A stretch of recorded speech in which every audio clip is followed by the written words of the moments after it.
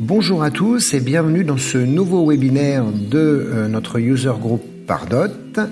On va patienter quelques instants, le temps que tous les participants se connectent.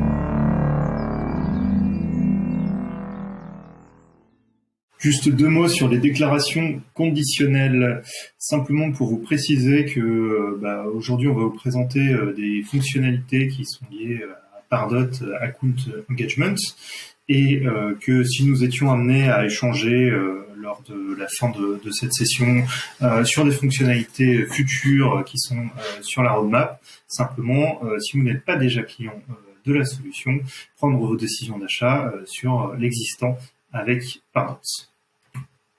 Merci à vous d'être présents pour ce webinaire aujourd'hui. On va organiser régulièrement des événements, qu'il s'agisse d'événements physiques ou d'événements hybrides autour de Account Engagement. Merci également de poser toutes vos questions pendant ce webinaire. On y répondra à la fin. Et enfin, merci de faire partie de cette communauté grandissante du user group Pardot, qui, on l'espère, va se développer et pour laquelle on va essayer de vous apporter le maximum de valeur. Bonjour à tous, François Perret, je suis le fondateur de l'agence Bansu. On est une agence de marketing digital partenaire Salesforce spécialisée dans la mise en place et l'optimisation d'account engagement qu'on appelle également Pardot. On a 4 consultants Pardot dont je fais partie, ainsi que tous les corps de métier nécessaires à la réussite de vos projets. Et pour ce webinaire, j'interviendrai au titre de co-leader de la communauté officielle Salesforce Pardot France. Alexandre Ruiz, donc moi je suis architecte solution Salesforce chez HN Service. Donc j'ai pour habitude d'accompagner nos clients sur des problématiques de marketing automation, sur les produits Salesforce et également sur des problématiques concernant le corps de Salesforce. Bonjour à tous, je suis Jean-Baptiste Chavrier, je suis ingénieur solution au sein des équipes Salesforce sur toute la partie marketing. Mon métier, en fait, c'est d'apporter de l'expertise au quotidien aux personnes qui sont intéressées par les solutions de Salesforce, très souvent du coup Account Engagement, et de leur expliquer quelles sont leurs possibilités et ce qu'ils vont pouvoir faire avec cet outil. Au niveau de mon background, je suis un ancien entrepreneur dans tout ce qui est data marketing et j'ai également travaillé dans le conseil pendant plus de 4 ans. Bonjour à tous, je vais vous présenter l'agenda de notre webinaire de ce jour. Dans un premier temps, Alexandre nous parlera du user group Pardot. Qu'est-ce que c'est? Comment le rejoindre? Dans un second temps, Jean-Baptiste nous parlera de Data Cloud, qui est une plateforme qui va permettre d'ingérer de manière multisource des données d'engagement et de profil afin de les réconcilier, de les segmenter et de les activer pour pouvoir déclencher différentes actions. On verra notamment comment utiliser Data Cloud avec Account Engagement. Ensuite, Alexandre et moi vous parlerons de 2 apps particulières qu'on a choisies sur l'App Exchange. La première, Twilio, qui va vous permettre d'envoyer des SMS, des MMS et des messages WhatsApp à votre cible. Alexandre vous parlera ensuite d'une manière simple pour analyser la qualité des adresses email de vos nouveaux prospects. Et enfin, Jean-Baptiste nous présentera la roadmap 2024, quelles sont les fonctionnalités qui existent déjà et quelles sont les fonctionnalités qui sont à venir. Je vous souhaite un bon webinaire. Alors le Pardot User Group, ici l'objectif donc c'est de pouvoir bénéficier d'un espace d'échange entre utilisateurs de Pardot. Ça nous permet de créer des liens entre utilisateurs, de partager nos problématiques ainsi que nos succès. Ça permet également de pouvoir aider la communauté locale approfondir l'expertise au niveau de Pardot. Et donc, ici, ce sont des événements toute l'année autour de Pardot. Alors, comment nous rejoindre? C'est très simple. Donc, on a deux éléments principaux. Il y a la page de la communauté. Donc, je vous invite évidemment à vous inscrire sur cette page. Et également le groupe Trailhead où vous pouvez communiquer soit entre vous, soit poser vos questions et on y répondra. Ensuite, en dessous, vous avez nos adresses mail sur lesquelles vous pouvez nous contacter. On va maintenant parler de la connexion entre Account Engagement et Data Cloud et comment est-ce que les deux solutions parviennent à discuter ensemble. On est sur quelque chose qui était très attendu. Data Cloud existe depuis un certain temps, mais la connexion avec Account Engagement, elle, n'est présente que depuis cet été. Ce qu'on va voir aujourd'hui, c'est comment est-ce qu'on peut utiliser Data Cloud pour créer des segmentations particulièrement poussées, notamment d'un point de vue B2B, et comment on va pouvoir exploiter de façon dynamique ces informations pour faire des journées, des emails qui sont adaptés aux clients. Concrètement, comment est-ce que fonctionne le connecteur entre Data Cloud et Account Engagement?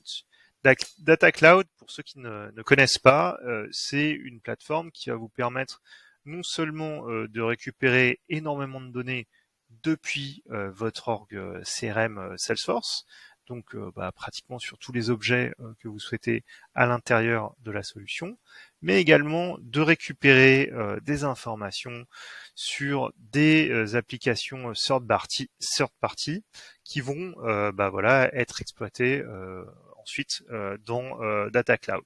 Vous allez, grâce à ça, pouvoir être de plus en plus précis dans votre segmentation, mettre des règles de plus en plus poussées, là où on pouvait avoir quelques limites avec Account Engagement, et bientôt on pourra également même pousser de la data présente dans Data Cloud, dans Account Engagement, pour aller encore plus loin avec cette solution. Mais à cette slide, je vais vous montrer comment est-ce que ça fonctionne directement dans la solution Salesforce. Lorsqu'on arrive dans Salesforce, alors là, j'ai décidé d'aller directement sur la partie Data Cloud. On arrive sur un dashboard on ne peut plus classique, où on va avoir tous les data streams qui ont été créés, ainsi que les segmentations, et le nombre de segmentations qui sont aujourd'hui actives. Je ne vais pas forcément rentrer dans le détail de toutes les informations que vous pouvez avoir sur les différents dashboards dans Data Cloud, parce que ce qui nous intéresse en particulier, c'est la partie segmentation et savoir un petit peu comment ça fonctionne. Pour ça, en fait, j'ai déjà créé en amont une segmentation qui s'appelle High Value Customer. Cette segmentation, elle est assez basique, mais je la trouvais intéressante parce que c'était justement une information qu'on n'a pas forcément dans Account Engagement, celle de la lifetime value du client qui peut avoir été calculée directement dans Salesforce avec différents agrégats. Mais c'est pas la seule information que je vais vouloir récupérer dans ce segment, et c'est là où Data Cloud commence à être particulièrement intéressant.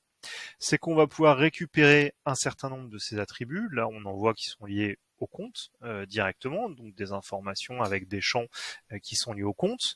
Mais on va pouvoir aussi récupérer des informations liées à leur présence dans des segments de la CDP, voire des related attributs. Et là, on commence à aller particulièrement loin dans la segmentation en récupérant des informations qu'on n'a pas habituellement, type le Product Order Engagement, etc., pour faire des relances paniers ou d'autres informations qui seraient susceptibles de nous intéresser dans notre cas précis.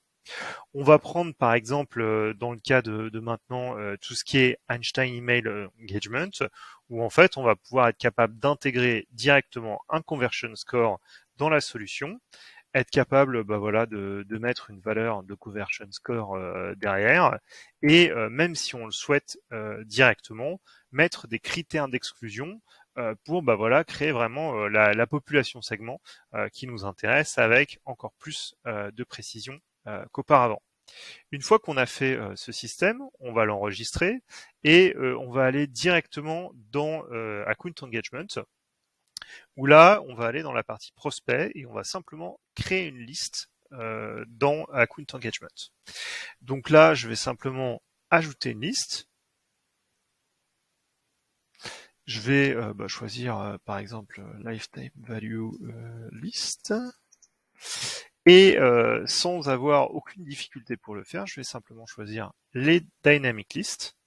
Et là, au lieu de choisir les Account Engagement Rules, je vais choisir les Data Cloud Segments que j'ai créés juste auparavant. Et je vais être capable de les retrouver juste ici et récupérer mes High Value Customers que je cherchais. Et en fait, directement en créant cette liste, je vais pouvoir la récupérer et l'exploiter dans Account Engagement. Voilà sur le mode de fonctionnement. Alors là, elle va se mettre à jour, elle met juste un petit peu de temps, c'est la partie Account Engagement. Mais une fois que j'ai récupéré ces informations, je vais pouvoir l'utiliser de diverses manières.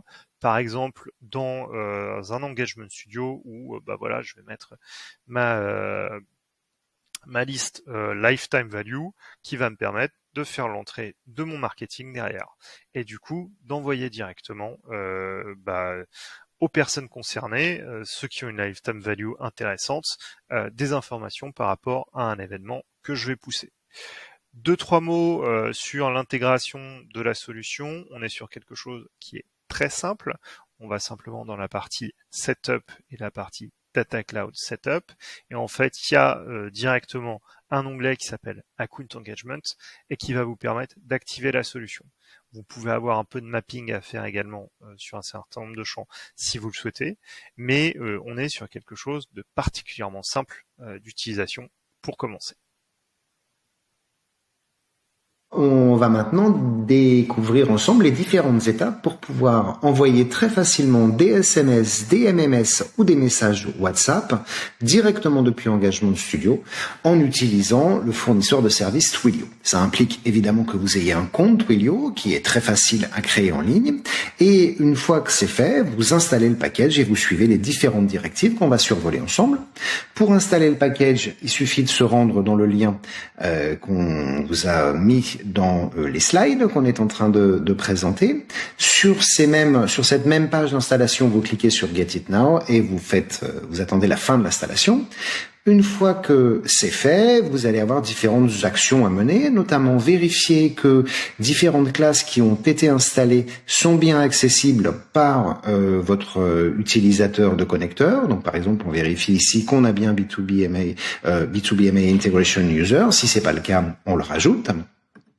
Troisième étape, on va créer un named credential, c'est-à-dire un ensemble d'informations qu'on va stocker qui vont permettre d'accéder au service Twilio. C'est là-dedans que vous allez mettre votre mot de passe et votre token pour accéder à votre compte Twilio. Toutes ces informations vous sont fournies lorsque vous créez votre compte Twilio. Ensuite, avant-dernière étape, on va mettre à jour un certain nombre d'informations qui notamment vont nous permettre de préciser quel sera le numéro de téléphone, dont sera expédié votre SMS ou votre MMS. On peut aussi mettre un service ID si vous avez déclenché cette fonctionnalité depuis Twilio. Et enfin, dernière étape, une fois que les précédentes ont été mises en place, on va pouvoir activer les Marketing App Extension. Donc ici, on voit qu'on a déjà créé les Marketing App Extension. C'est le package qui les installe. On doit juste les activer, nous, dans cette étape. Et dans la partie Related, on voit qu'on a donc 2 actions qui ont été créées, qu'on va venir activer si elles ne le sont pas encore. Et on pense bien les rattacher au Business Unit, sinon on les verra pas dans Engagement Studio. Donc 5 étapes relativement simples. Une fois qu'on a fait ça, j'ai ici un programme d'engagement qui contient rien du tout pour l'instant. Je vais ici venir lui ajouter une action de type send, par exemple. Je vais rechercher send parmi les actions. Donc là, c'est l'email, l'action classique d'expédition d'email. Et je vois que 2 nouvelles actions viennent d'apparaître. Send un SMS or send a WhatsApp message. Si ici je clique sur Send un SMS, je vais pouvoir rajouter une petite photo si je le veux pour envoyer un MMS dans ce cas-là. Par défaut, il utilise un champ standard qui s'appelle Phone, mais vous pouvez préciser un de vos custom fields ou un numéro spécifique si vous le souhaitez. Et enfin, vous mettez votre message et vous précisez que vous voulez l'envoyer immédiatement ici. On a la même chose, on peut envoyer des messages WhatsApp ici, même schéma. Vous pouvez mettre une image et vous pouvez mettre du texte.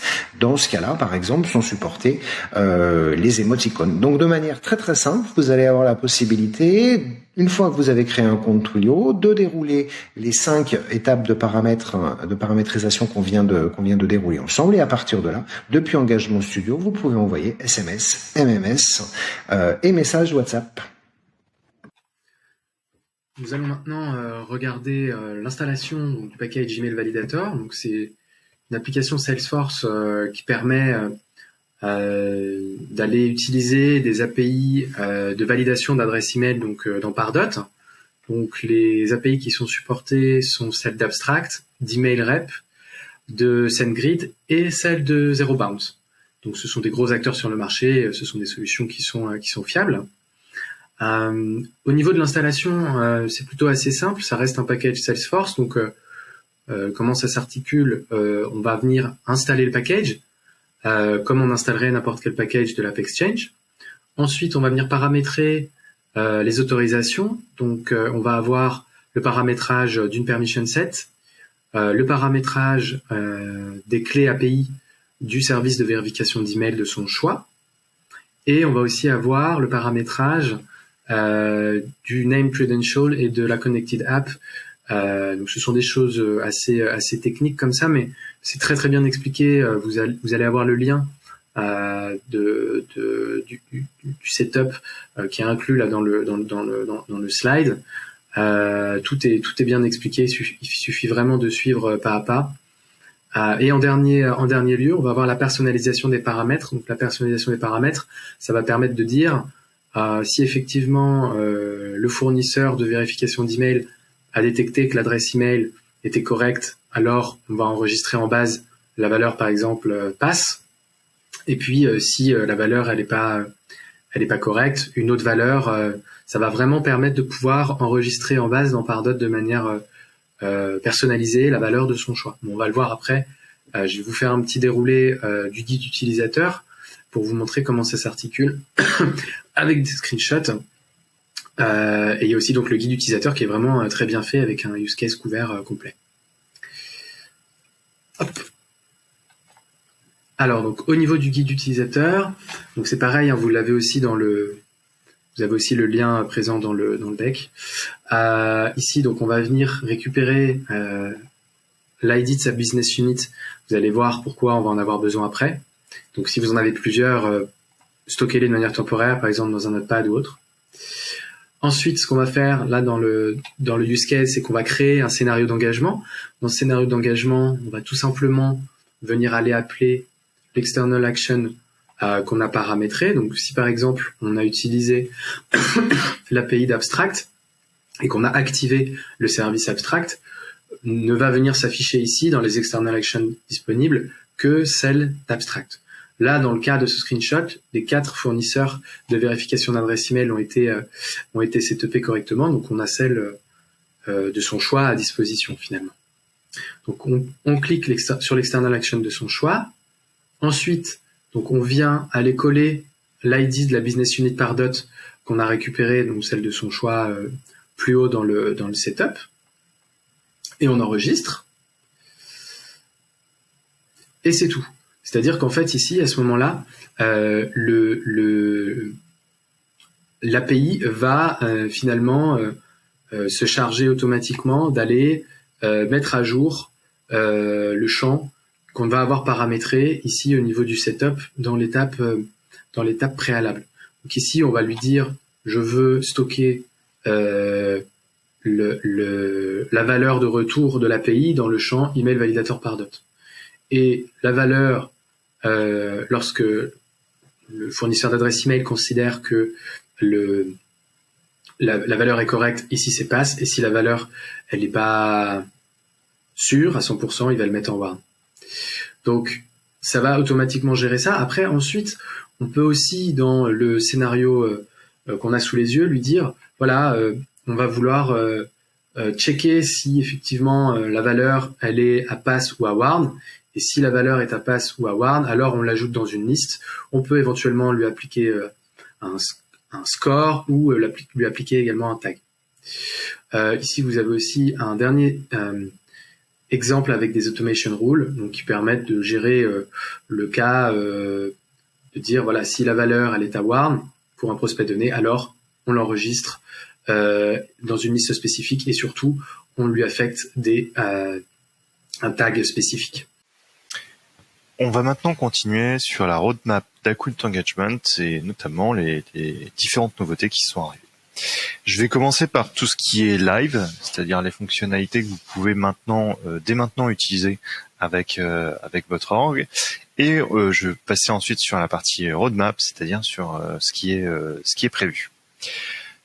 Première chose qui est dès maintenant live, c'est réservé à une poignée de nos utilisateurs, mais j'estimais que c'était quand même important de vous en parler. C'est pour les utilisateurs de l'édition premium, donc l'édition la plus élevée d'Account Engagement. On a mis un certain nombre de fonctionnalités complémentaires associées à cette édition. Notamment maintenant, il y a plus de business units et de bundles de contacts prospects qui sont dans la solution.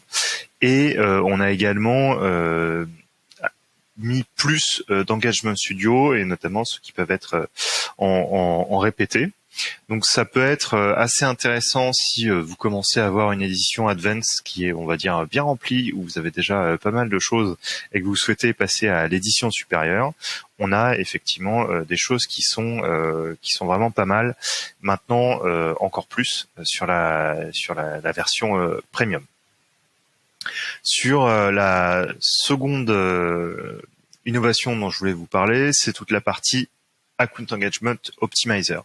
Alors, je ne sais pas si vous l'avez déjà vu auparavant. C'est quelque chose qui était déjà présent depuis quelques mois.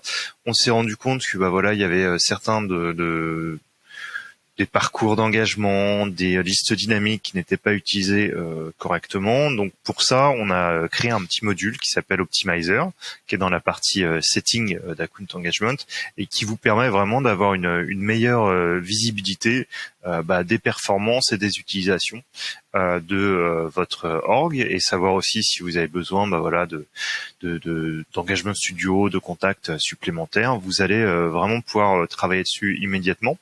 Et c'était lancé en bêta il y a quelques mois. Maintenant, on est vraiment sur la version supérieure et on va encore plus loin par rapport à ça avec la notion d'optimizer. Troisième innovation dont je voulais vous parler, qui est selon moi une des plus importantes, c'est tout ce qui est sur les assets et la façon dont on les copie avec les business units. On a développé un mécanisme qui permet de pousser des assets qui sont dans une business unit. Ça peut être un email template, mais ça peut être un engagement studio également, et via un mécanisme relativement simple, être capable de le recréer automatiquement dans les autres business units. C'était quelque chose qui nous était demandé, notamment pour les structures qui avaient plusieurs business units, qui avaient vraiment des besoins particuliers sur ce sujet. Et du coup, on a essayé de leur permettre effectivement de pas avoir à reconstruire tous les assets à chaque fois entre toutes les business units avec cette fonctionnalité. Je vous parlerai également ce qui est dans la roadmap sur la partie sandbox, toute production avec ce système qui permet de faire des choses vraiment sympathiques. Autre fonctionnalité qui est particulièrement importante, vous connaissez les completion actions, c'était une de nos fonctionnalités qui est arrivée il y a peu sur Account Engagement, il y a un peu plus d'1 an, et qui marche très bien, qui permet de connecter des logiciels tiers, des solutions tiers via les Engagement Studio, ou en tout cas qui permettait. On est allé plus loin là-dessus avec les external actions, et on a souhaité vraiment vous permettre de faire des choses encore plus puissantes en intégrant les external actions dans les completion actions. Les completion actions, c'est tout ce qui est lié à des formulaires. Donc ça va être la possibilité d'envoyer un SMS avec Twilio suite à l'inscription d'un formulaire, etc. Donc c'est vraiment des choses intéressantes, et vous avez la possibilité aussi de voir la performance de vos external actions avec les completion actions, avec le daily usage table sur cette partie-là. On va maintenant passer à ce qui est plus concrètement sur la roadmap, c'est-à-dire toutes les fonctionnalités qui sont en cours de développement et qui seront live prochainement. Alors malheureusement, je peux pas vous donner de date précise à chaque fois pour ces fonctionnalités, mais si je vous les présente aujourd'hui, c'est qu'elles sont dans la roadmap, donc qu'on espère les avoir très bientôt en live. Et j'ai pensé que c'était intéressant de vous les présenter aujourd'hui pour que vous puissiez savoir un peu demain ce qu'on prépare avec Account Engagement. Comme vous allez le voir, il y en a quand même un certain nombre qui sont liés à Data Cloud. C'est vrai que la connexion nous permet de faire beaucoup plus de choses, et du coup je voulais vous en parler pour vous expliquer un petit peu comment ça fonctionne. La première chose, c'est qu'aujourd'hui Data Cloud, suite à la démonstration que je vous ai faite tout à l'heure, vous avez pu voir que c'est vraiment lié à une business unit en particulier, et demain nous c'est être capable d'aller plus loin sur cette solution et de vous proposer une connexion avec plusieurs business units, voire des business units de plusieurs orgs Salesforce, pour les ingester, pour les récupérer dans Data Cloud et les exploiter par la suite. L'idée, c'est de récupérer effectivement un maximum de ces activités, notamment tout ce qui est lié à l'engagement dans Data Cloud, et être capable en fait de servir de toutes ces données directement pour les pousser dans Account Engagement et les exploiter par la suite. Donc vraiment avoir des datas supplémentaires, des champs supplémentaires à exploiter directement dans Account Engagement grâce à Data Cloud. L'autre partie qui va être liée à Data Cloud, on a beaucoup parlé dans la démonstration que je vous ai faite, c'était vraiment la création de segments, l'exploitation des données qui est associée, mais il y a toute une partie reporting qui est hyper intéressante et qui va être beaucoup plus puissante avec Data Cloud, et qui va notamment vous permettre de centraliser toutes les sources de données pour créer en fait des reports de plus en plus puissants. Aujourd'hui, on a déjà le module B2B Marketing Analytics qui est exceptionnel et qui permet de faire beaucoup de choses. On va multiplier par 10 cette puissance avec la partie Data Cloud, où en fait là on va carrément être capable d'avoir une vision 360 des performances des campagnes et des ROI, notamment grâce à l'ingestion de données tiers qui peuvent avoir une utilité sur le reporting, avec la réconciliation de cette donnée pour avoir des dashboards et une vraie visibilité globale, par exemple des différentes sources de données, des différents canaux d'acquisition que vous utilisez. Même chose toujours dans cette partie Data Cloud. Une fois qu'on a créé un segment comme on a pu le voir tout à l'heure, on va pouvoir aller encore plus loin avec cette solution, avec la partie Segment Intelligence. On va être capable de mieux comprendre en fait la performance de chacun des segments au niveau marketing et commercial, et être capable aussi de créer des segments qui vont permettre d'aller beaucoup plus loin sur cette visibilité, sur cette notion de ROI qui va permettre aussi de savoir en fait quelles audiences sont particulièrement intéressantes et vers quelle campagne en particulier on doit pousser des actions de communication et de marketing. Au-delà de la partie data cloud, où on peut, comme vous pouvez voir, on a pas mal de choses qui sont prévues. On a aussi des choses qui sont particulièrement intéressantes qui arrivent dans Engagement Studio. Cette fonctionnalité, elle est attendue depuis, je pense, des années. Ça peut sembler mineur pour certains, mais on a certains de nos clients pour qui c'est vraiment quelque chose de particulièrement intéressant. C'est une amélioration et une précision plus forte des moments d'envoi des emails, où auparavant on était sur une attente qui pouvait être de par exemple quelques jours ou un envoi immédiat d'un email. Là, on va pouvoir passer sur une segmentation. On va avoir des envois qui vont être liés aux heures. Donc ça va être particulièrement intéressant si vous voulez envoyer un email 1 heure ou peut-être 3 heures après une personne qui a visité une page de votre site internet. Avec ce système, vous allez pouvoir aller beaucoup plus loin et ça va être particulièrement intéressant en termes de communication. Autre chose, j'en ai parlé juste avant sur les nouveautés qui viennent d'arriver sur Account Engagement, c'est toute la partie création d'assets marketing et transmission de ces assets d'une business unit à une autre. Ce qu'il faut savoir, c'est qu'aujourd'hui, pour ceux qui ne le savent pas, il est déjà possible d'avoir des sandbox avec Account Engagement pour faire un certain nombre de tests, d'avoir cette sandbox connectée à votre org Salesforce pour voir en fait ce qui est possible de faire, ce qui n'est pas possible de faire. Par contre, il y avait un pain point qui était existant, c'est qu'on pouvait faire des configurations qui étaient intéressantes, mais il fallait les reproduire et les rebuilder ensuite dans les business units qui, elles, étaient live.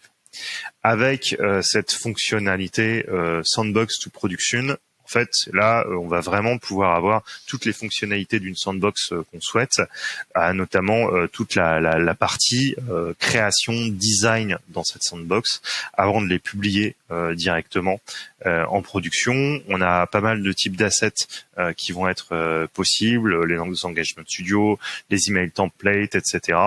Donc vraiment, ça c'est quelque chose qui est très attendu par pas mal de nos clients qui ont la sandbox et qui va arriver très bientôt. Autre fonctionnalité qui nous intéresse en particulier, c'est toutes les connexions avec Slack, notamment la partie Slack for B2B marketer. Pour ceux qui le connaissent déjà, il y a déjà un connecteur qui existe entre Slack et Account Engagement qui est très sympa. Là où on va aller encore plus loin, c'est qu'on va pouvoir mettre des completion actions par rapport à ça. Et donc, si une personne s'inscrit, on va aller encore plus loin que la simple notification, que le message dans Slack. On va vraiment pouvoir ajouter et envoyer en temps réel aux utilisateurs de Slack des informations. Donc ça a une vraie valeur, notamment sur toute la partie collaboration, marketing, sales pour les équipes qui utilisent Slack, et ça va vous permettre vraiment d'aller plus loin là-dessus. Autre fonctionnalité, on va dire un petit peu plus technique, mais qui est susceptible d'en intéresser plus d'un, c'est récupérer en fait toutes les configurations des BU via API pour Flow, et ça va être notamment toute la partie préparation d'une org pour un setup complet, la possibilité en fait de récupérer ces données et automatiquement faire le setup dans la business unit qui intéresse. C'est très complémentaire avec les notions d'assets dont je vous ai parlé juste avant, où on pouvait récupérer des assets et les pousser dans une business unit. Sauf que là, on va passer vraiment sur la partie configuration et on va passer par les API. Donc des choses vraiment intéressantes qui arrivent là-dessus. Il y a également vraiment un travail qui a été fait sur la partie external activities, alors notamment sur toute la partie qui est liée aux applications marketing. et qu'on peut retrouver sur l'App Exchange de Salesforce. Et vous allez voir que maintenant on va vraiment être capable d'avoir des packages qui sont existants et qui vont pouvoir être utilisés pour faire des external activities, des envois de SMS, etc. On a déjà un certain nombre de partenaires qui sont lancés là-dedans. Nul doute que ça va encore continuer sur le sujet, mais ça va vraiment permettre d'offrir des nouveautés à Account Engagement via des activités tiers, des solutions tiers qui vont se retrouver sur l'App Exchange d'Account Engagement. Dernier point qui va pas forcément intéresser tout le monde, mais c'est quand même quelque chose sur lequel on est en train de travailler, c'est tout ce qui est protection de vos marques avec les content security headers. Pour faire court, s'il y a des tentatives de scamming, de récupérer en fait un peu l'environnement de certains de nos clients, on met en place des systèmes pour restreindre toute la partie iframe sur un certain nombre de domaines et s'assurer qu'en fait on a une vraie sécurité encore plus poussée à porter à nos clients avec ces systèmes. Voilà, simplement pour terminer et avant de passer aux questions-réponses que vous pourriez avoir. Évidemment, il y a plein d'autres choses qui sont prévues sur la roadmap. L'idée, c'était simplement de vous donner une overview sur ce sur quoi on est en train de travailler en ce moment.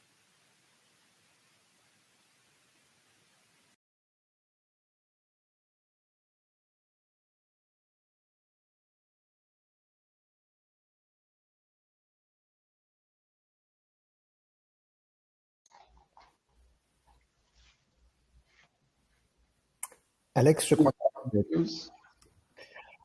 Du coup, c'est le moment de poser toutes vos questions et on essaiera de prendre le temps de répondre à chacune d'entre elles. Donc, n'hésitez pas, soit effectivement, comme François l'a indiqué, via la fonctionnalité questions, ou sinon directement par chat.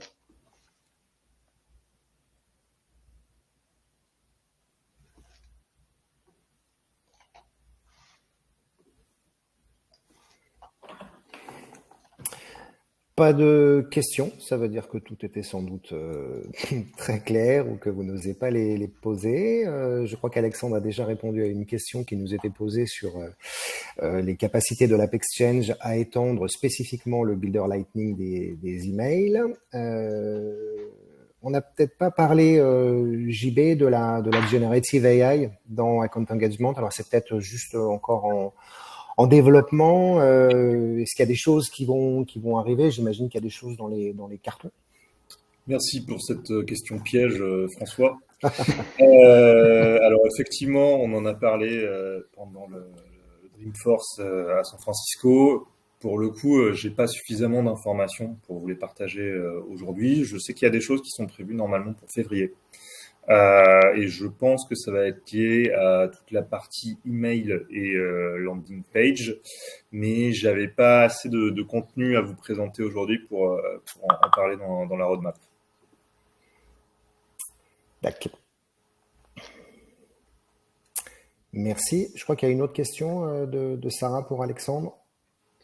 Yes, je suis en train de la lire. Alors effectivement, la question de Sarah concerne donc savoir si il y allait avoir des apps ou des composants qui étaient recommandés qu'on peut installer depuis l'App Exchange pour optimiser donc pardon, non, je me suis trompé, d'ajouter une bibliothèque d'assets pré-embarqués, header, footer, visuel. En fait, ça, alors dans un des exemples, je crois de mémoire, en fait, c'est templaté, c'est-à-dire que c'est un App Exchange qu'on installe et il y a des templates qu'on peut réutiliser. Après, il y a toujours la possibilité de le faire en custom, en fait, c'est-à-dire de le faire, de le développer soi-même. Et je pense que assez prochainement, on va voir arriver pas mal d'acteurs du marché qui vont commencer à templater tout ça. C'est juste une question de temps. Là, j'en ai pas sous la main de spécifiques, mais je pense que c'est qu'une question de temps pour que ça arrive. Alors, par rapport à ça, il y en a un qui est existant, qui a été développé par le Salesforce Lab, qui s'appelle le bundle email. Il est dans la PageChange, vous pouvez tous le télécharger, il est gratuit. Il y a quelques templates derrière. Effectivement, je milite en interne pour qu'on ait un peu plus de contenu là-dessus, mais j'aurais tendance à penser que c'est quand même plus de l'externe que ça va venir, comme le précise Alex. Je crois qu'il y a une autre question, Alex, qui n'est pas dans les questions, mais plutôt dans le chat. Oui, effectivement, une question d'Aurélie.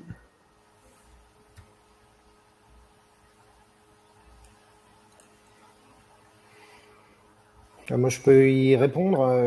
La différence entre un data warehouse et un data lake, c'est la structuration des données. C'est-à-dire que dans un data lake, on balance toutes les données, qu'elles soient structurées ou qu'elles soient non structurées, alors que dans un data warehouse, qui est la traduction de entrepôt, on va venir mettre des cartons bien rangés avec différents endroits.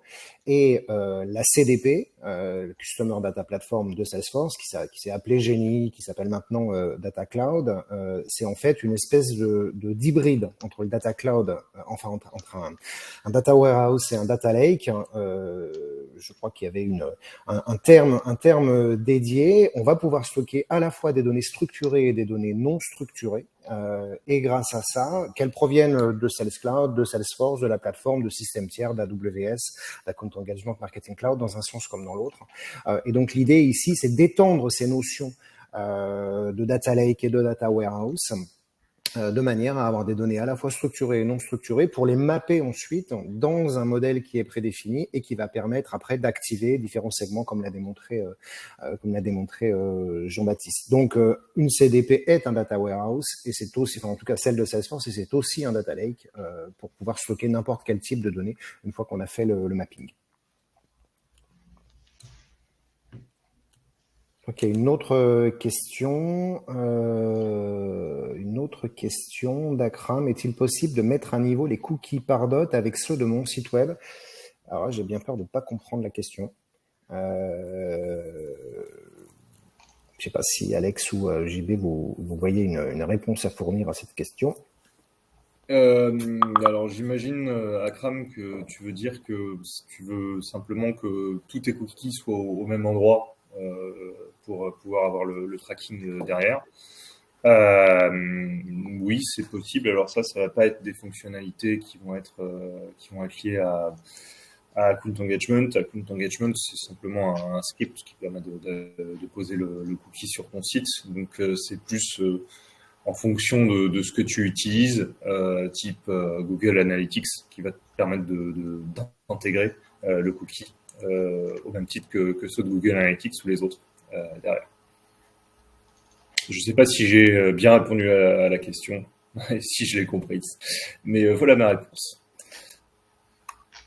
Est-ce que vous avez d'autres questions sur Data Cloud, sur l'App Exchange, sur les thématiques en fait du jour?